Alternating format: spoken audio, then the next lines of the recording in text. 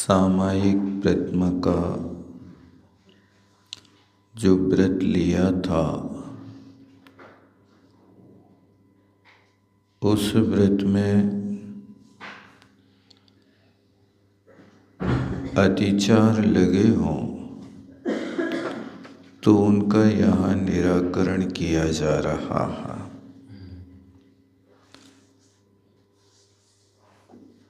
तो सामायिक में अपन को क्या करना है, ये बात तो पहले आपने सामायिक कर ली है, सामायिक का व्रत ले लिया है। अब उस सामायिक के लिए अतिचार बाद में होते हैं, पहले तो मूल व्रत होता है। तो उन मूल व्रतों को पालन करने के लिए सबसे पहले द्रव्य क्षेत्र काल भावों की शुद्धि होना आवश्यक है।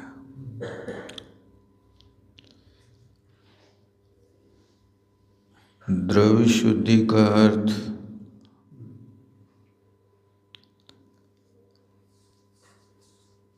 आसन की दृढ़ता हो,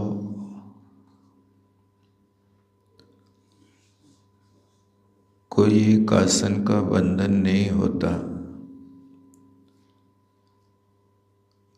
आपके लिए जो सुविधाजनक हो। कायोत्सर्ग मुद्रा में भी सामायिक कर सकते हैं, पद्मासन में, अर्ध पद्मासन में, वज्रासन के लिए आचार्य श्री निषेध करता था। एक महाराज ने प्रश्न किया था कि हम वज्रासन से सामायिक करना चाहते हैं, तो आचार्य श्री ने कहा था कि वज्रासन की उम्र 15 मिनट की होना चाहिए, ज़्यादा से ज़्यादा। आप यदि 1 घंटे बैठेंगे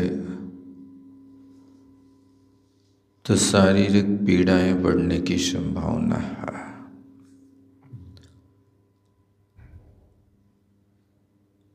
क्योंकि जिन मुनि महाराजों के जंघाबल शारीरिक शक्ति अच्छी है, उनके लिए वज्रासन का निषेध नहीं हो सकता। लेकिन वर्तमान परिप्रेक्ष्य में आचार्य श्री का सोच था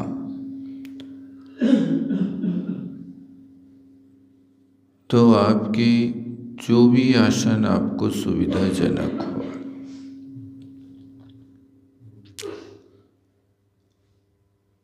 आचार्य श्री आसन शुद्धि को बहुत महत्व देते थे। आसन आपकी यदि 50 मिनट लगी है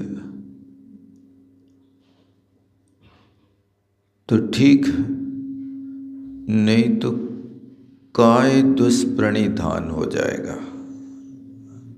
आसन का हिलना जो है, योग दुष्प्रणिधान अभी बताएंगे अतिचार में, इसलिए योग दुष्प्रणिधान इसी तरह हो जाता है। तो आप सबसे पहले आसन शुद्धि को बनाने की कोशिश करें।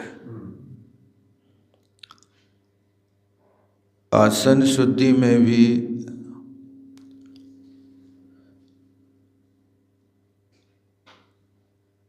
आप रीढ़ की हड्डी को सीधा रखें,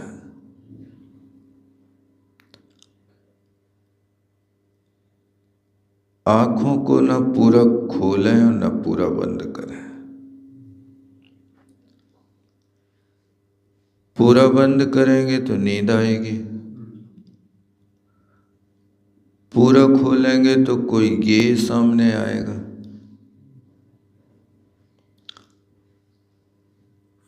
कोई दूसरा गेय भी सामने नहीं होना चाहिए। क्यों?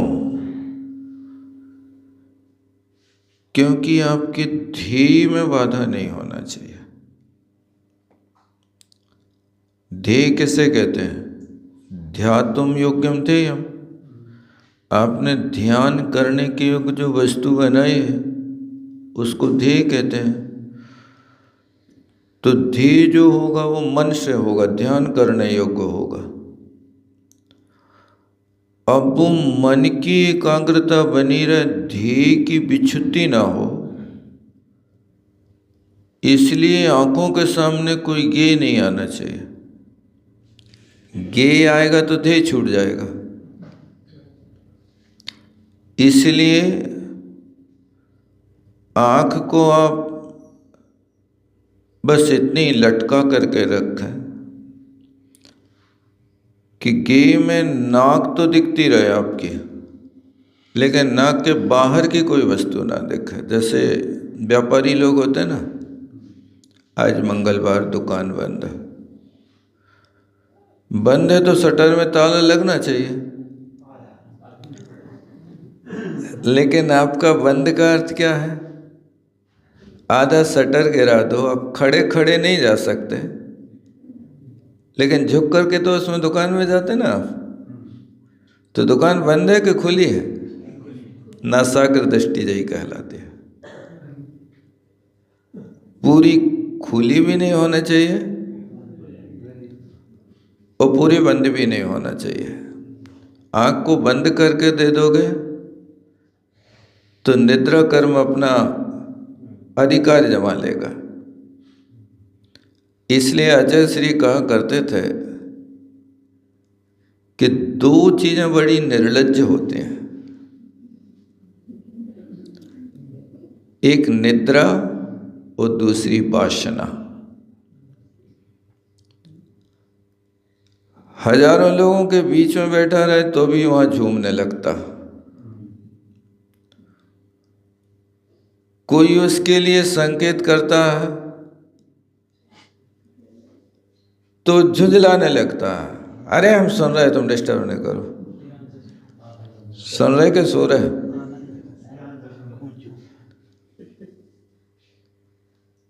ये प्राय करके शरीर में ऑक्सीजन मिलती रहना चाहिए सामयिक के काल में। पूरे कान वगैरह ढक करके यदि रखेंगे ना तो अच्छी नींद आएगी। प्रातःकाल भी यदि सामयिक के समय आप अच्छे से खेस वगैरह ओढ़ के सामयिक करेंगे तो कब 1 घंटा निकल गया पता नहीं चलेगा आपको।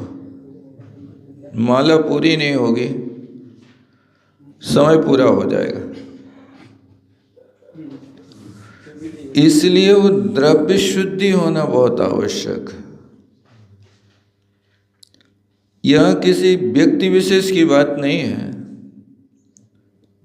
यह अपने लिए सामायिक कैसे करना है इसकी विधि सीखना। आप प्रतिक्रमण में अतिचार तो रोज कर रहे हैं, लेकिन मूल व्रत रोज पल रहा कि नहीं पल रहा है, इसको भी तो देखो। जब मूल नहीं होगा तो प्रतिक्रमण किसका होगा? प्रतिक्रमण तो उसका है ना जो मूल है। यदि जड़ ना होवे तो वृक्ष कितने समय खड़ा रहेगा? इतना बड़ा विशाल वृक्ष सूख रहा है तो कारण खोजा आपने, मूल में कहीं उसकी मौत आ चुकी है, जड़ उखड़ चुकी है, जड़ में कोई जीव लग गया है, या जड़ की गति अवरोधक हो गई, इसलिए वृक्ष सूख रहा। अब जड़ की समाप्ति होने पर कितना भी पानी डालते रहो, वृक्ष हरा भरा नहीं होगा। इसलिए मूल में ध्यान रखना चाहिए। अजय श्री ने हम लोगों को दीक्षा देने के बाद समझाया था हम आपसे अपेक्षा रखते हैं कि जो 28 मूल गुण ग्रहण किए वे 27 नहीं होना चाहिए। और हम कभी जीवन में नहीं कहेंगे कि तुम 29 पालन करो, 29 की बात नहीं करेंगे और 28 को एक्सेप्ट नहीं करेंगे। जितने हैं उतने पालन करो। इसी तरह आपका यदि सामायिक प्रतिमा आ गई तो ये मूल गुण आ गया। अब मूल गुण आ गया तो वो मूल है कि नहीं है? तो सबसे पहले द्रव्य की शुद्धि होना चाहिए, नासाग्र दृष्टि हो, आसन की शुद्धि हो। आपको जिस आसन से समय करना करो। शवासन का भी उल्लेख है, लेकिन शवासन में आंख लगना नहीं चाहिए और करवट बदलना नहीं चाहिए। शवासन में लेट गए और फिर अच्छे से सुख की नींद ले रहे हैं, नहीं, जागृत होना चाहिए। आसन कोई भी हो, आलस विहीन भाव होना चाहिए, ये उसका मूल होता है। इसलिए द्रव्य शुद्धि होना चाहिए। समंतभद्र महाराज ने सामायिक शिक्षा व्रत के लिए करीब 8-10 श्लोक लिखे, बहुत प्यारा वर्णन किया। रत्नकर्ण श्रावकाचार्य के सामायिक अधिकार को हमेशा पुनरावृत्ति करते रहना चाहिए। आचार्य महाराज ने सामायिक का उल्लेख किया, असमय मुक्ति मुक्तम पंचाघानाम अशेष भावेन, यानी पंच अघा नाम, अघ माने पाप होता है। इन 5 पापों का त्याग करना कब तक? असमय मुक्ति, जो सामायिक का काल है उतने काल तक पंच पापों से मुक्ति होना। अब 5 पाप सिर्फ शरीर से होते हैं कि मन से होते हैं कि वचन से होते हैं? तीनों से होते हैं। तो ये शरीर से तो बैठ गए, लेकिन शरीर जहां बैठा है मन भी वही है कि नहीं है? मन को भी उसी स्थान पर रहना चाहिए। कई बार समझाने के लिए कह देते हैं कि भैया तुम शरीर से नहीं जाना, मन नहीं मान रहा तो कोई बात नहीं, मन जाए तो जान दे, तू मत जाए शरीर, उतरी धरी कमान तो कहा करेगा तीर। तुम तो आसन माड़ करके बैठो और मन तो बंदर है। उस मन रूपी बंदर को ना तो लगाम लगती है न रस्सी से बांधा जाता है। लेकिन ये कहा कि उस बंदर को भी शिक्षित कर दिया जाए तो भी तुम्हारे इशारे पे चलने लगता है। जैसे डमरू बजाते ही बंदर नाचने लगता है, देखा कभी? मदारी ने उसके लिए ऐसा शिक्षित किया। बंदर का मास्टर मदारी होता है, कोई प्रोफेसर उसको पढ़ा नहीं सकता। वो डमरू बजती है और तत्काल नाचने लगता है। इसी तरह मदारी का काम करें कि अपने मन रूपी बंदर को तत्व चर्चा रूपी डमरू बजे और श्रुत स्कंद पे नाचने लगे तो उसका मन शिक्षित हो गया। क्या? मन रूपी बंदर तत्व चर्चा की डमरू बजे, बस थोड़ी सी जहां तत्व चर्चा उखड़ जाए, मन में एकाग्रता आ जाए, तो फिर आपके पास श्रुत स्कंद तो इतना विशाल है, उसके ऊपर उस बंदर को छोड़ दो, वो घूमता रहेगा। वो घूमेगा लेकिन एक अंतर मुहूर्त से ज्यादा नहीं बैठेगा उस स्थान पर, फिर विषय बदल जाएगा। इसलिए कोशिश करें कि कहाँ पंचाघानाम, 5 पापों का उस समय तक मुक्त हो जाना, कोई भी पाप मन में भी विचार नहीं है, किसी भी प्रकार की पूर्व रतानुस्मरण नहीं है। बस इतना है कि सामायिक के काल के आने के पहले 1 घंटे पहले से आप संयम घाती निमित्तों से बचने की कोशिश करो। सामायिक का काल हो रहा है, किसी की नोक झोंक नहीं, किसी की टोका टाकी नहीं, किसी के दोष देखना नहीं, किसी के लिए कुछ कहना नहीं, बस। क्योंकि पहले से तैयारी करोगे तो फिर आपका मन सामायिक में अच्छे से बैठेगा। यदि लड़ाई करके सामायिक करने बैठे तो समझ लेना कि तुमने पूरी सामायिक बर्बाद कर दी है।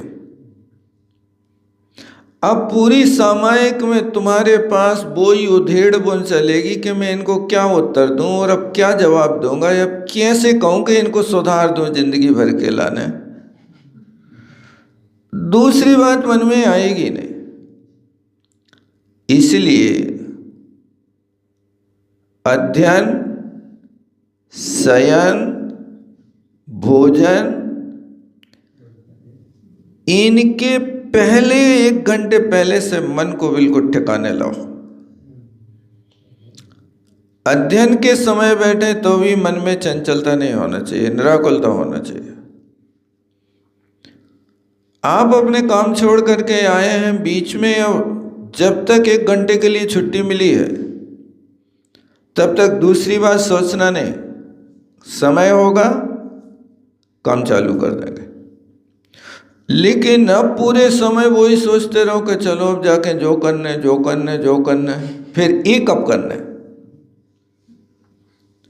जितना समय तुमने दिया है उतने समय के लिए तो आप निर्विकल्प रहो ना। वो विकल्प नहीं मिट पाता है, एक काम हो नहीं पाता, वो दूसरी सोच हमारे सामने खड़ी हो जाती है। इसलिए जिस समय जो काम करो बस वही काम करो, दूसरा काम नहीं सोचो, दूसरा काम करने की कोशिश नहीं करो। एक काम को करो, अच्छे मन लगा करके करो तो बहुत अच्छे से संपन्न होगा। एक साथ 2 काम करोगे तो हो नहीं सकते। यहां तक कि एक कागज के एक झटके में दोनों हाथों से तुम 3 टुकड़े नहीं कर सकते। अनुभव करना कभी। मान लीजिए एक कागज है, इसको यहां से फाड़ दिया, यहां से फाड़ दिया। अब आपके हाथ में दोनों हाथ देकर के एक हाथ से एक टुकड़ा, एक हाथ से एक किनारा, दोनों को पकड़ करके आप खींचिए। देखिए कि आप 3 टुकड़े कर सकते हैं एक समय में उस कागज के। कितने होंगे? 2 टुकड़े हुए हैं कि एक ही टुकड़ा हुआ है? फटा तो अकेला है ना कागज, 2 टुकड़े कहाँ हुए? टुकड़े 2 कहाँ हुए? 2 टुकड़े हो जाते तो 3 भाग हो जाते उसके। कागज तो सिर्फ जो इस कागज में से निकल करके बाहर आया एक ही टुकड़ा मिला ना, वो तो स्थायी था ही तुम्हारे पास। यानी एक समय में एक ही काम किया ना आपने, 2 काम कहाँ हो पाए आपके? अनुभव करके देख लेना आप, समझ में नहीं आए तो प्रैक्टिकल भी कर लेना। समझ में आया कि नहीं आया? हैं? इसी तरह अपने मन से भी वो काम करना, और मन जाए तो जान दे। अब मन यदि नहीं रह रहा है यहाँ पर, तो फिर आप मंडी की अपेक्षा नंदीश्वर द्वीप में भेज दो उसको, मंदिर में। चलो बेटा तुम्हें कारागार में नहीं रहना, चलो सामायिक के समय। कितनी दूर है? 163 करोड़ योजन की दूरी पर पहुंचो। जाओ अंजनगिरी चढ़ो, 84,000 योजन चढ़ गए, पूर्व दिशा में बैठ जाओ, मंदिर में पहुंचो, रत्नमयी प्रतिमाओं के सामने अष्टांग नमस्कार करो, स्तुति करो। फिर जब वो यहाँ न ठहरे ना, तो उसको नंदीश्वर भेजो, पंचमेरु भेजो, विजयाल पर्वत भेजो, असंख्यात या कृत्रिम चैत्यालय है, वहाँ कहीं भी भेज दो। अब अधोलोक में जाना है बेटा, मर के नहीं, जिंदा में जाओ। 7,72,00,000 कृत्रिम चैत्यालयों की वंदना करके हो। कर सकते कि नहीं कर सकते? ये तरीके अपनाओ। बच्चे के हाथ में यदि नोट दे दिया है ना, तो उससे छीनना तो बहुत मुश्किल है, लेकिन कोई मल्टी कलर कागज उसके हाथ में पकड़ा दो तो नोट आपके हाथ में आ जाएगा। और यदि ये नहीं होशियारी करी तो नोट को छीनना उससे तुम्हारे लिए बहुत मुश्किल पड़ेगा। इसी तरह मन है एक बच्चे की तरह है कि उस मन को समझाना है, तो कोई ऐसे स्थान पर भेज दो कि जहाँ पर वो मन तुम्हारा ठहर जाएगा, पापों से बच जाएगा। क्योंकि आपने संकल्प किया, पंचागानाम अशेष भावेन, 5 पापों का आपने पूर्ण रूप से त्याग किया है। और यदि ऐसा करते हैं तो सर्वत्र च सामायिका, हर समय तुम्हारी सामायिक मानी जाएगी। इसी का नाम सामायिक व्रत है, और ये सामायिक प्रशंसा के योग्य है। देखो आचार्य महाराज ने कहा है, संसंति सामायिकम न सर्वत्र च सामायिका, सामायिकम नाम संसंति। ऐसा उपयोग किया है कि वो प्रशंसनीय है। इसी तरह गुरु की लिखते हुए उनने परिभाषा क्या लिखा है? विश्यासा वसाती तो निरारंभो परिग्रह ज्ञान ध्यान तपोरक्त तपस्वी सा प्रशस्यते। वो वहाँ तपस्वी की प्रशंसा कर रहे हैं, यहाँ सामायिक करने वाले की प्रशंसा कर रहा है। संसंति वही प्रशंसा के योग्य है जो निश्चित काल तक 5 पापों का त्याग मन वचन का ऐसे कर देता, तब सामायिक होती है। सामायिक के काल में भक्ति वगैरह पढ़ना, किताब देख करके देखो विधान नहीं है। सामायिक का अर्थ क्या है? आत्मस्वरूप में लीन रहना। और यदि आप इतने कमजोर हैं कि आप बिल्कुल भी सफल नहीं हो पा रहे, तब फिर अशुभ ध्यान से बचने के लिए आप पुस्तक खोल के रख दें, आसन मार के बैठ जाएं। अब इस पुस्तक में आपके सामने 20 श्लोक हैं, इन्हीं को कंठस्थ कर लो, इन्हीं को आलोड़न कर लो, इसी पे चिंतन कर लो। विषय नहीं आता, लेकिन इसको फिर हाथ नहीं लगाओ, आप बार बार पेज नहीं पलटो, बस बैठ गए। आपके लिए विषय चाहिए, उस विषय को आप इससे दृष्टिपात कर लो, चिंतन कर लो और काम कर लो। अब पूरी पुस्तक पाठ करना है हमें, 10 भक्तियाँ सामायिक ही में करना है, तो 10 भक्ति सामायिक में करेंगे तो आपकी योग दुष्प्रणिधान होने की संभावना है। शरीर हिलेगा डुलेगा ना, करना पड़ेगा आपको। अब फिर इसके बाद माला है, तो माला को भी लेकर के अपन फिर रहे हैं, तो कोशिश आप करो कि माला को हृदय में बना लो। अपने हृदय कमल में कमल की रचना कर लो, उस कमल के ऊपर 8 पाखुड़ी चारों दिशाओं में बना दो, बीच में एक नाल बना दो और एक एक पाखुड़ी के ऊपर आप उस पर 12-12 बिंदु स्थापित करें। 12-12 बिंदु स्थापित करेंगे ना तो 8 दिशाओं की 8 पाखुड़ी के 12 8 96, और बीच में जो नाल है उस पर रख दो आप, तो कितनी हो जाएंगी? 9 हो गई, 12 नंबर 108। 108 की माला आपकी अच्छे से फिरेगी। पहले आप पूर्व दिशा की पाखुड़ी के ऊपर 12 मोती रख लें। अब 12 की गिनती कैसे करें? तो आप 4 कसायों का मैं प्रत्याख्यान कर रहा हूँ, तो 4 बिंदु क्रोध प्रत्याख्यान,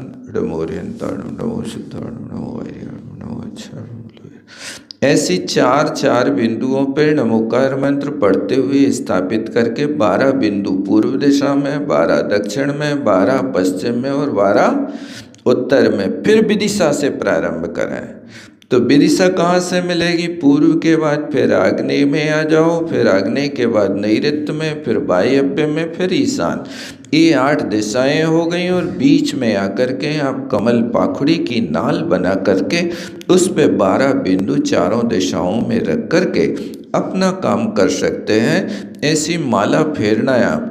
ऐसी माला फेरेंगे तो आपको माला पकड़ना नहीं पड़ेगी, निरा लंबी हो जाओगे और उपयोग एकाग्र रहेगा कि अभी कौन सी दिशा में आए हैं।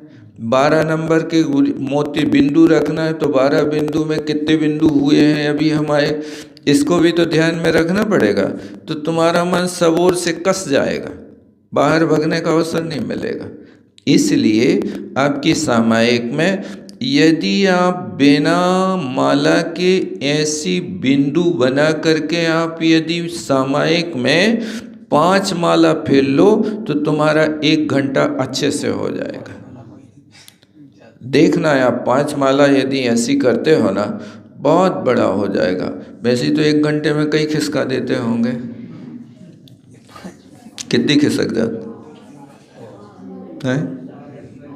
कोई बात नहीं, देख लेना अच्छे से, हैं? प्रमाद नहीं आएगा, उसको अभ्यास करें, एक आध बार ऐसा करने का।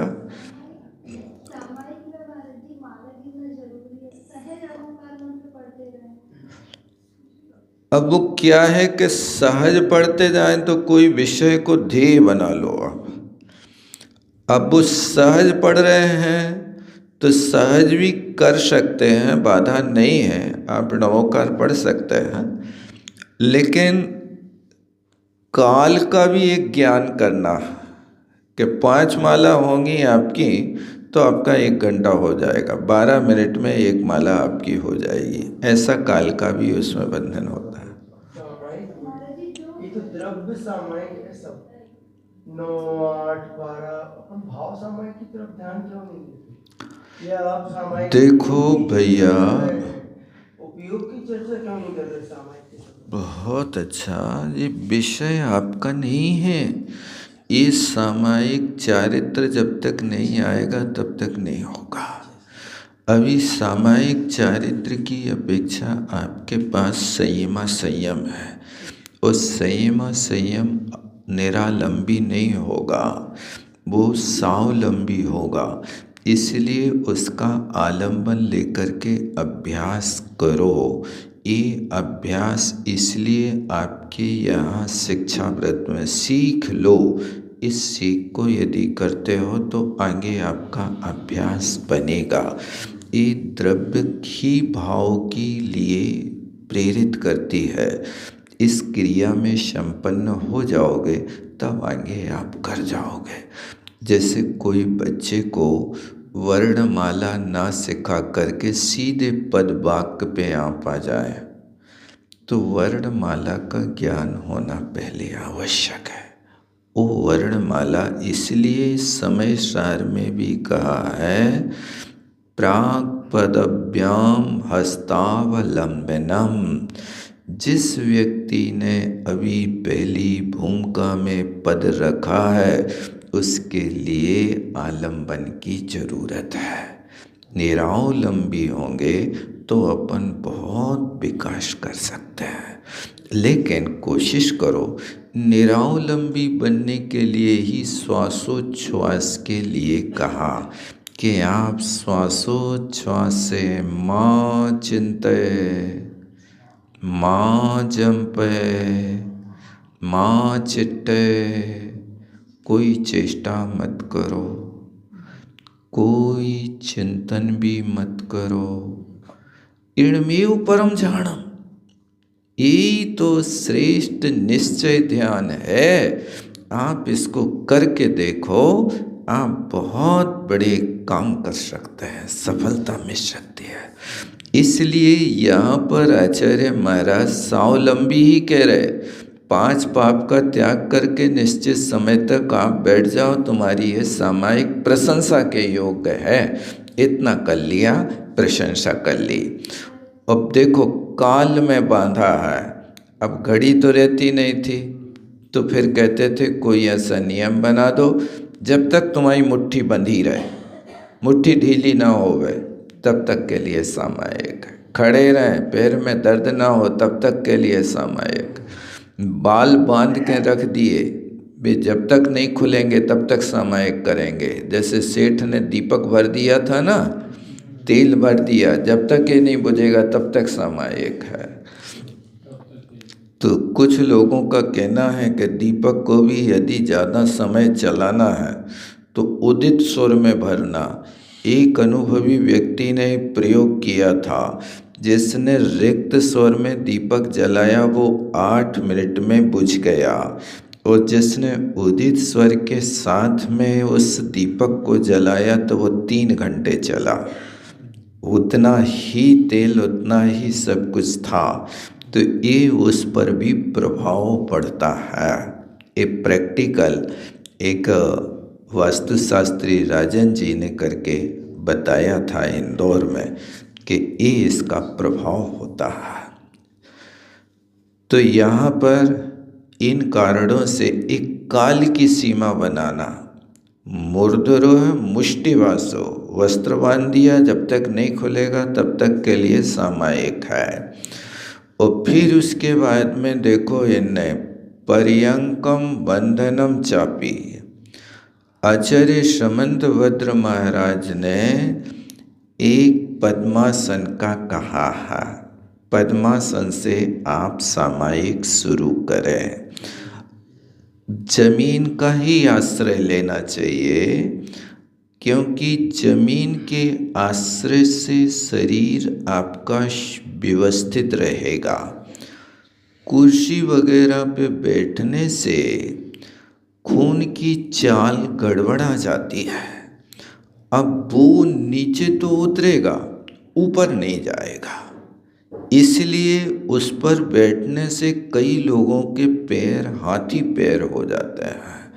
वो नीचे पंडित पन्नालाल जी साहित्याचार्य को वो उनका पैर इतना निष्क्रिय हो गया, वो नीचे लटका के बैठते थे कि उनको मच्छर काटे तो पता नहीं चलता था, चेटिया लेवे तो पता नहीं चलता था, वो ऐसा शून्य जैसा हो जाता था। तो इस तरह से कोशिश करें जितना सहज हो सके, खिंचाव ना करें। ध्यान रखना, किसी ने लिखा पानी वहाँ ठहरता है जहाँ ढलान नहीं होता, सुख वहाँ ठहरता है जहाँ तनाव नहीं होता। आपको सुखी होना है तो तनाव मुक्त होने की कोशिश करें। सामायिक में भी एकदम इतना ना खींच लें कि आप बिल्कुल शरीर अकड़ जाए, ढीला रखें, सहज श्वास को आने जाने दें और इसके साथ बस इतना रखें कि श्वासोच्छ्वास पर भी आप नमोकार को स्थापित कर सकते हैं। कोशिश करें शरीर जैसा साथ दे। अब नहीं देता पद्मासन से तो फिर ऐसा नहीं कि अब सामायिक ही छोड़ दें, नहीं, सामायिक नहीं छोड़ना। फिर तुम्हारे लिए कहा कि जो सुखासन से काम हो वो कर लेना, तुम्हारे लिए जिससे सुख उत्पन्न मिले उतना कर लेना। और फिर उन्हें क्षेत्र के विषय में देखो, द्रव्य हो गया, काल हो गया, क्षेत्र बताया। तो क्षेत्र कहते कि एकांते सामायिकम, सामायिक हमेशा एकांत में करना चाहिए। आचार्य श्री शांति सागर जी कहा करते थे कि हम तो चौराहे पर बैठ करके भी सामायिक कर सकते हैं। उन्हें अपने मन को इतना कंट्रोल कर रखा था कि उनके लिए कोई व्याक्षिप्त नहीं होता था मन। यदि आपकी भी इतनी साधना हो जाए तो आप भी कहीं बैठ सकते हैं, लेकिन एकांत स्थान हो उसमें सामायिक करें और निर्व्याक्षेपे। ये नियम बताया कि जहाँ कोई उपद्रव ना हो, एकांत तो हो। अब पेड़ के नीचे बैठ गए, कोई बंदरा ने आके एक डाली तोड़ कर ऊपर पटक दी तो उपद्रव हो गया, इसलिए उस पर भी विचार करके बैठा है। क्या हो सकता है? निर्व्याक्षेप हो, एकांत हो, चाहे वन हो या वास्तु हो।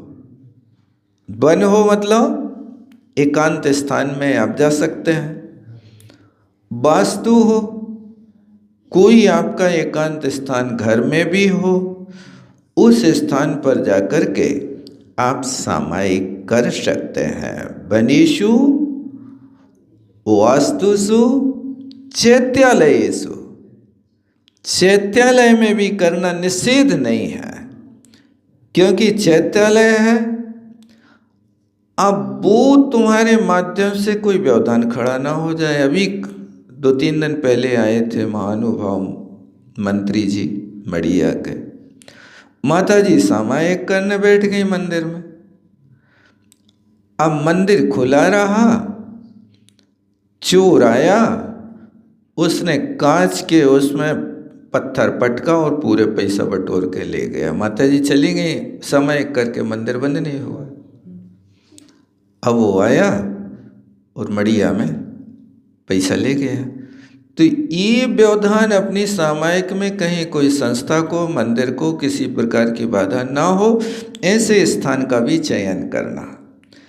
या तो फिर पूरी जिम्मेदारी के जब तक मंदिर बंद नहीं होगा तब तक हम बैठ जाएंगे, नहीं तो रिस्क नहीं लेना, आकुलता हो जाएगी। चैत्यालय खुला हो ऐसा कि जहाँ पर कोई ताला नहीं लगाया जाता है, उस स्थान पर अब जैसे नेमावर वगैरह में है तो वहाँ बढ़िया खुला स्थान है, ताला भी लगा दो तो भी भगवान दिखते रहेंगे। कुंडलपुर में बड़े बाबा हैं, इस स्थान पे तो आप चैत्यालय में विराजमान हो जाओ। लेकिन जहाँ माली बंद कर रहा हो और आपको नहीं हम सामायिक करेंगे, तो उसके लिए व्यवधान माली के लिए भी ना हो और यहाँ पर संस्था में भी कोई व्यवधान खड़ा ना हो, नहीं तो फिर लोग फिर आगे से त्यागी वृत्तियों को स्थान देना बंद करेंगे। नहीं, अब हम खोल नहीं सकते हैं। इस तरह से चैत्यालय हो, लेकिन बंधन नहीं करना जबरदस्ती। हमारे लाने ताला खोल के रखो, हमें दर्शन करने सामायिक करने नहीं, सहज प्रवृत्ति में बाहर बैठ के कर लो, क्या बात होगी। परिचेतव्यम, देखो अब फिर लिख रहा है, प्रसन्न धिया, मन में प्रसन्नता होना चाहिए। सामायिक का काल आया तो कई लोग कहने लगते हैं चलो भैया अभी सामायिक डरी करवे के लाना है।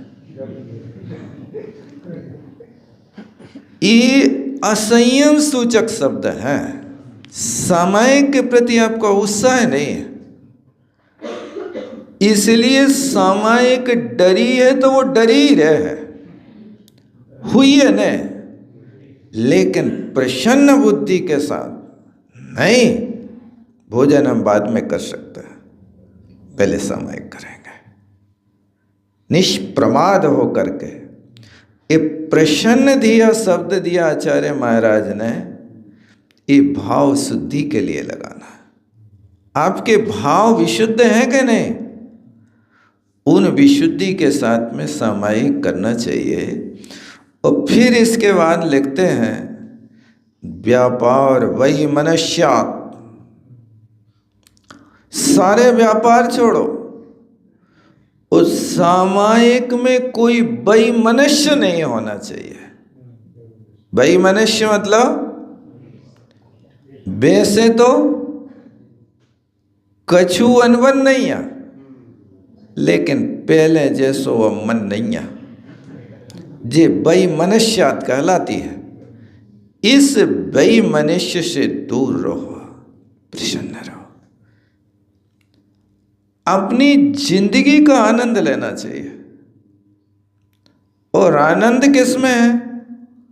सारे व्यापार से मुक्त हो, थोड़ी देर के लिए हल्के बनने की कोशिश करो। भार ढोते हुए कोई कार्य नहीं करना चाहिए, नहीं तो खिंचाव होने से कई रोग पैदा हो जाता है, सिर में दर्द हो जाता है, और बार बार मन होता है कब समय हो रहा है, चलो थोड़ी देर और बचे, थोड़ी देर और है, अब बैठे ही लो, कर ही लो, पूरी कर लो, चलो अब करेगा, पौना घंटा पूरा ही तो करना है। ये जो है वैमनस्य कहलाता है। इस वैमनस्य, देखो कितनी बातें करी महाराज ने। सबसे पहले तो कहा प्रसन्न धी हो, प्रसन्न मन रहो, याद रहेगा कि नहीं रहेगा?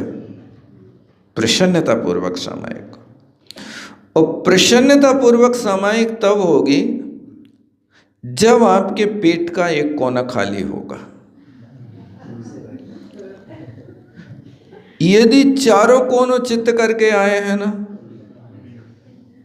तो सामायिक मन नहीं लगेगा, फिर बार बार आसन बदलने का मन होगा, बार बार आपके लिए आकुलता होगी, अब मन नहीं लग रहा है। मन नहीं लगने का एक मूल कारण ये भी रहता है। इसलिए मध्याह्न काल की सामायिक के लिए ये तैयारी होना चाहिए। और फिर लिखा अंतरात्मा विनिवृत्त्या व्यापारात्, व्यापार से और सारे वैमनस्य से आप दूर हो जाएं, बिल्कुल त्याग कर दें इस समय। जैसे थोड़ी देर के लिए कुर्ता उतार के रख देते लोग, खुटी पे टांग देते हैं, सारे विकल्पों को खुटी पे टांग दो और सामायिक करना, बैठ जाओ या खड़े हो जाओ। और फिर इसके बाद सामायिकम प्रति दिवसम, कभी कभी नहीं, प्रतिदिन। और फिर क्या लिख रहे हैं? यथावत। और फिर क्या लिख रहे हैं? अनलसेन चेतव्यम, आलस विहीन। इतने पद देखो आचार्य महाराज ने कितने खोज खोज के चुनिंदा शब्द रखे हैं समंत भद्र महाराज ने। पहले ये सारी की सारी चीजें जीवन में उतर जाएं, फिर सामायिक के अतिचार का प्रतिक्रमण करना ठीक है। इतना हम कर रहे कि नहीं कर रहे? वो नहीं कर रहे तो फिर आप स्वयं नंबर 2 के आज की सामायिक में तुम्हें कितने नंबर मिले हैं? सामायिक करते समय जमाई भी आई है, 2 नंबर कम करो। झोंका आया है, 5 नंबर कम करो। स्मृति अंतर्धान हुआ है, कल्पांत बांत पैसा को पढ़ने लगे, कल्पांत काल मरुता। एक कल्पांत काल पैसा कल्याण मंदिर का था, वहाँ कल्पांत काल मरुता आप भक्तावर जी में आ गए। स्मृति अंतर्धान हो गया। यहाँ पढ़ रहे हो कल्पांत काल मरुता चलिता चले न, वहाँ कल्पांत काल पवनोद्यत वहिनी कल्पेन। 15 से सीधे 41 पे 40 पे पहुंच गए। आज बहुत जल्दी होगा भक्तावर से, छलांग लगा दी। ये स्मृति अंतर्धान है। इस स्मृति अंतर्धान से भी बचने की कोशिश करें। तो ये देखो बहुत अच्छा लिखा कि सामायिक प्रत्येक दिन करें, यथावत करें। जैसा आगम में स्वरूप कहा है वैसी करें। अनल सेन चेतव्यम, मन में कोई आलस नहीं होना चाहिए। यदि ऐसी समय करें तो क्या हो जाए? कह रहे व्रत पंचक पूर्णम, तुम्हारे 5 व्रतों की पूर्णता इस सामायिक से हो जाती। माने 24 घंटे व्रत पालन किए, उनमें कहीं व्रतों में न्यूनता रह गई, सामायिक करो तुम्हारा व्रत पूर्ण हो जाएगा। देखो व्रत पंचक पूर्ण, क्योंकि व्रत की पूर्णता कहाँ से की थी आपने? पंचाघानाम अशेष भावेन। आपने सामायिक ही 5 पापों के त्याग से की थी, सामायिक हो गई। 24 घंटे के पाप आपके समाप्त हो गए। 24 घंटे के पाप कैसे? क्योंकि इसका इतना तीव्र अनुभाग होता है, पुण्य का इतना तीव्र अनुभाग होता है कि 1 गिलास पानी में 2 बूंद अमृत धारा डाल दो तो स्वाद का आएगा? अमृत धारा के पानी का अमृत धारा का आएगा। लेकिन 1 गिलास पानी में आधी चम्मच बूरा डाल दो तो स्वाद का आएगा? दूध रहेगा, दूध पानी कैसे बनेगा? दूध तो दूध है, लेकिन वो पनीला पनीला स्वाद रहेगा, उसमें कोई अंतर नहीं पड़ेगा। लेकिन अमृत धारा का इतना पावर है, इतना पावर है कि वो अमृत धारा 2 बूंद भी 1 गिलास पानी की शक्ति को छीन कर देगा, वो तुम्हारे अंदर ऊर्जा पैदा कर देगा। इसी तरह यहाँ पर भी आपने जो सामायिक कर ली, निर्विकल्प सामायिक हो गई, 5 पापों से आप छुटकारा पा गए। ये व्रत पंचक पूर्ण, आचार्य महाराज इसको बार बार कहा करते थे। देखो व्रतों की पूर्णता करना है तो सामायिक अच्छी करो, सामायिक अच्छी करो। और अमृतचंद स्वामी ने कहा है कि तुम जहाँ बैठ रहे वहीं बोल दो, सर्व सावध योगता व्रतोस्मि यावत काल पर्यंतम स्थास्यामि यस्मिन् स्थाने। जितने काल तक मैं यहाँ बैठा हूँ सब पापों का त्याग, सब पापों का त्याग हमेशा सामायिक होती रहेगी आपकी। असंभव है क्या? बोलनी तो है, करनी तो है, कुछ नहीं करना। बैठ गए, बोलना पड़े तो थोड़ा सा बोल लिया, अपना काम कर लिया, फिर बैठ गए, एक कायस्वर कर लिया, मिच्छा में दुक्कड़ा। ऐसा तो 24 घंटे अपन कर सकते। अपन को कोई काम तो है नहीं है, न हल चलाने, न तराजू तोलने, न कोई से लेने न देना, न कोई कर्मचारी, न अपनी दुकानदारी, न कोई माल खरीदी जाने, न कछु करवे जाने। बस उठो, अपनो कटोरा ले, रोटी खाए आओ, दिन भर अपने फिर माला जपो। और काम क्या है बताओ? कुछ तो काम है नहीं। लेकिन फिर भी यदि अपन काम नहीं कर पा रहे हैं, इसका मतलब है कि अभी बहुत पीछे हैं अपन। नंबर कम से कम 33 तो ले आओ, फेल तो न हो। इतने नंबर ला करके आप भी अपना काम कर सकते हैं। कम से कम आपको अच्छे नंबर नहीं मिले, लेकिन क्लास तो बदल जाए, नहीं बदल जाए।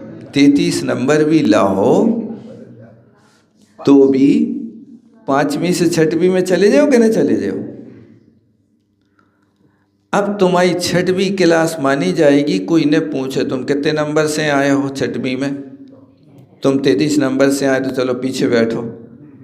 हाउ पीछे सही, बैठाल दो, पीछे बैठाल दो। कम से कम तुम्हारी क्लास में तो बैठने के योग्य हो गए। नहीं हो सकता, 33 नहीं ला पा रहे, हाउ तो कहो। 33 तो ला सकते हैं। आज तो इतना ही करना था, है ना। जावणी के ज्ञान से